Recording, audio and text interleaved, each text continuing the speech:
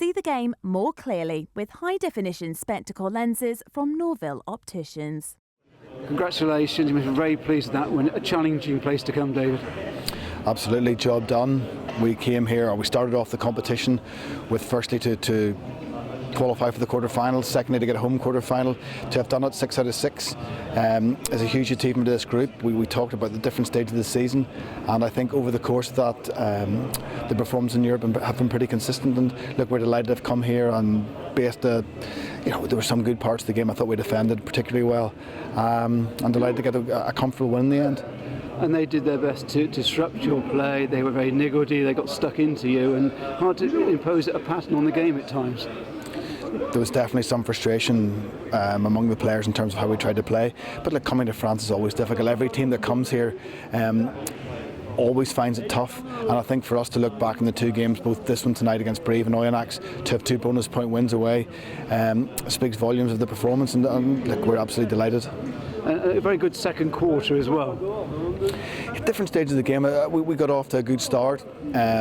We created some opportunities, didn't take them. Then as you said, the second quarter was much better. Our set piece, we got some ball, and then look, we created a couple of good chances, and we took them. And really, in the end, that was the difference between the 2 teams.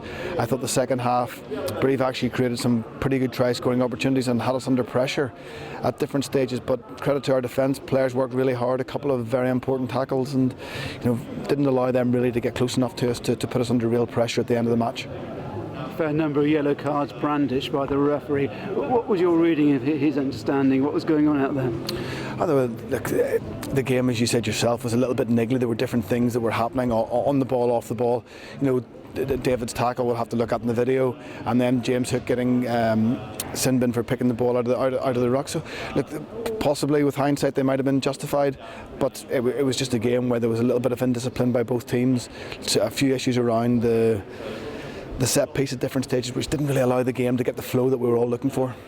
But ultimately you gave a chance to the whole squad really to get a run out the ceiling. Tonight was all about the win. Tonight was about getting that top seed. People talked about a dead rubber, but as we said during the week, we pride ourselves on coming and producing a performance everywhere we go. Tonight, yes, there were different players in the squad got opportunities that hadn't played much before, and I thought those guys came in and did very well, and that's going to be the foundations for our success now over the course of the next few weeks, not just in this competition, but as we go into what is a tough part of the season from an Aviva Premiership point of view. We will need our full squad, and we'll need our full squad performing really well. It is so important to keep the very positive momentum you established in recent weeks going.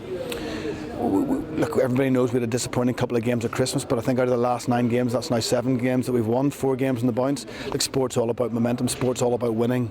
That's where the confidence comes from. You're in the changing room after a game, haven't played particularly well, but we've got a really convincing win, and look, there's a good buzz going into the next 2 LV weeks.